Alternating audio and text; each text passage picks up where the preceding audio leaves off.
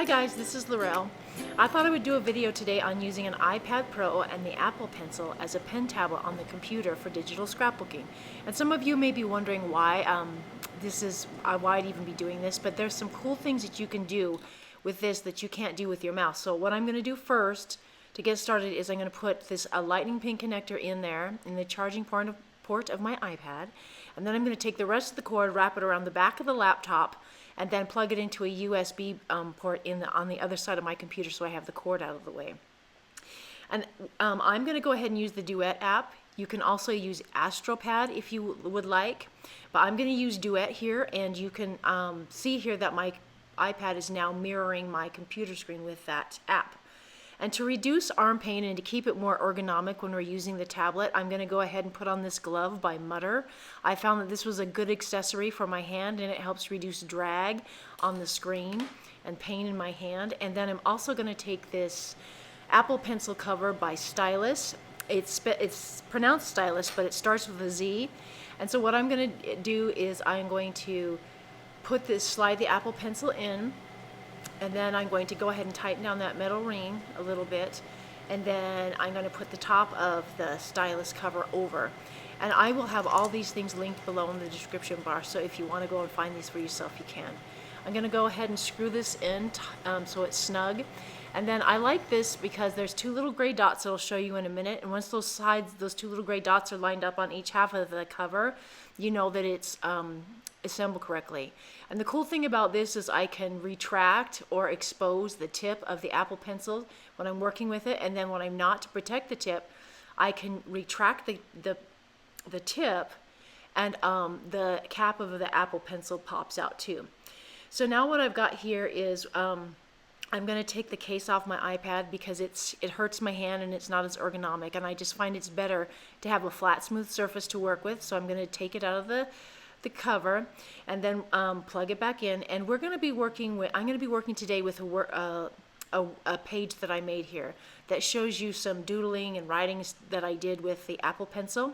So the first thing I'm going to show you why it's cool to use a pen tablet with your digital scrapbooking is that you can include your own handwriting.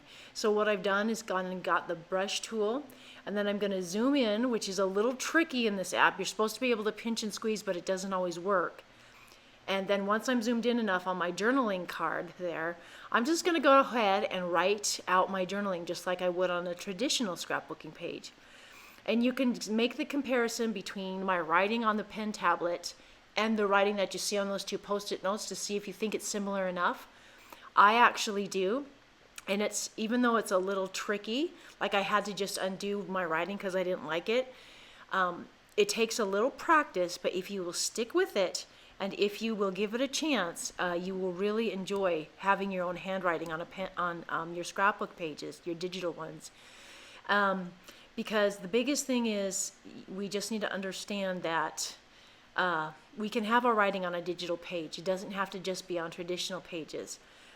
If you've ever looked back at your mom or your grandma's or your dad's writing, I know when I do those things myself, I love seeing their handwriting, and so it's nice that we have a way to go ahead and to incorporate our writing onto our pages here. So I'm just going to go ahead and finish the rest of my journaling, and then I'm holding down the space bar so I can move up with my other hand, and then I'm finishing my journaling. And one thing to note is some people like to use this app wirelessly and not even be in the same room with their computer, but when I'm digital scrapbooking, I like to have my keyboard handy, because I can't do keyboard shortcuts with a pencil, so I like doing those with my regular keyboard. And then I'm just adding a layer style to the writing so it looks like the paper has soaked into the ink, which makes it look more realistic. And then the next thing I'm going to show you is how to add doodling or outlines to your layouts. This is a fun part of adding that personal touch back in. I really liked doing pen outlines when I was a traditional paper scrapper, and I miss that a lot. And with having a pen tablet, you can do that again.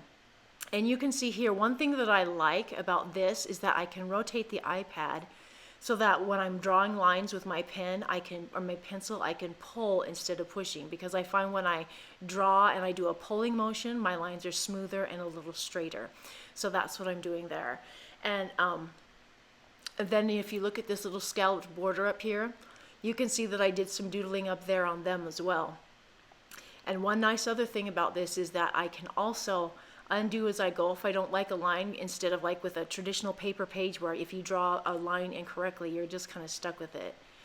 And I used to have a Wacom tablet. I still have it, and when I was debating whether or not I was going to still use it and find drivers for it, when I tried this out, I thought this is great because I couldn't rotate my tablet, but I can rotate my my iPad. And there again is just showing you how I doodle on those little scallops as well.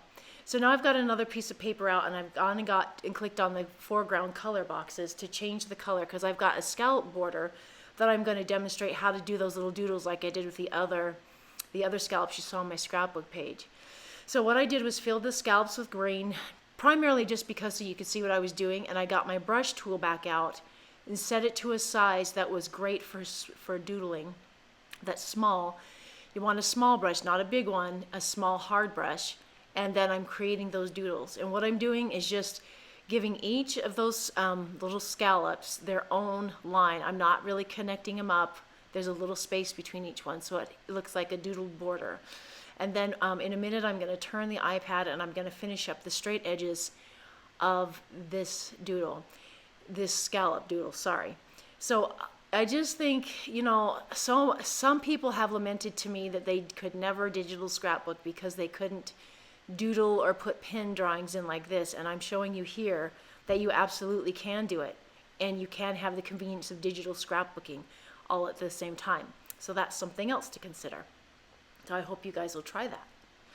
And then the next thing I wanted to talk to you guys about was, of course, pen pressure brushes. And these are special brushes in Photoshop Elements in Photoshop that you only get to use with a pen like this. Some sort of stylus, like a Wacom stylus or an Apple Pencil stylus. So what I did is I went and got my brush, and I got to the brush picker and clicked on the pull down menu there. And what I'm searching for now is the pen pressure set.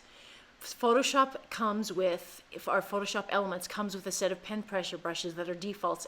They're part of the default brush package you get with Photoshop Elements. And you can use these only with a stylus. Now you can kind of use them with a mouse, but it's not very effective. And in a minute, I'll show you what I mean, the difference between using a pen pressure brush with a mouse or a mouse pad or using it with a pen. So what I'm doing here is, with my other hand, I drew down a line using that ink spots brush, and I didn't have very much control with it. It's hard to make straight lines or round loopy ones like that. But if I use my Apple Pencil, you can see I can control how dark and how hard the line shows up when I'm using the brush, and I can do swirls and anything else that I want. And that's just something you don't get with a mouse. The only thing that I'm disappointed about with this compared to my Wacom tablet is just that when I put the pen pressure brush and press down on the tip, it would make a scatter of ink or flowers or whatever that brush was, and you just don't have that here. But you can still do cool things, like here I'm creating a custom border for my scrapbook page. In a previous video, I showed you how to create one using brushes that, you just use the brush picker and your mouse. But here, and I will link you that video, but here I'm creating my own custom grungy border on a scrapbooking page. And this is cool because what I'm doing is I'm alternating between using the brush tool with this ink blots brush at a small size, and then I'm alternating with the eraser tool.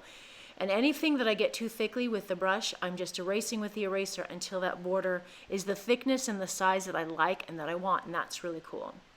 Now the other thing you can do is, remember all those stencils that we have from using our paper supplies? This is a stencil by Julie Faye Van Balzer called Summer.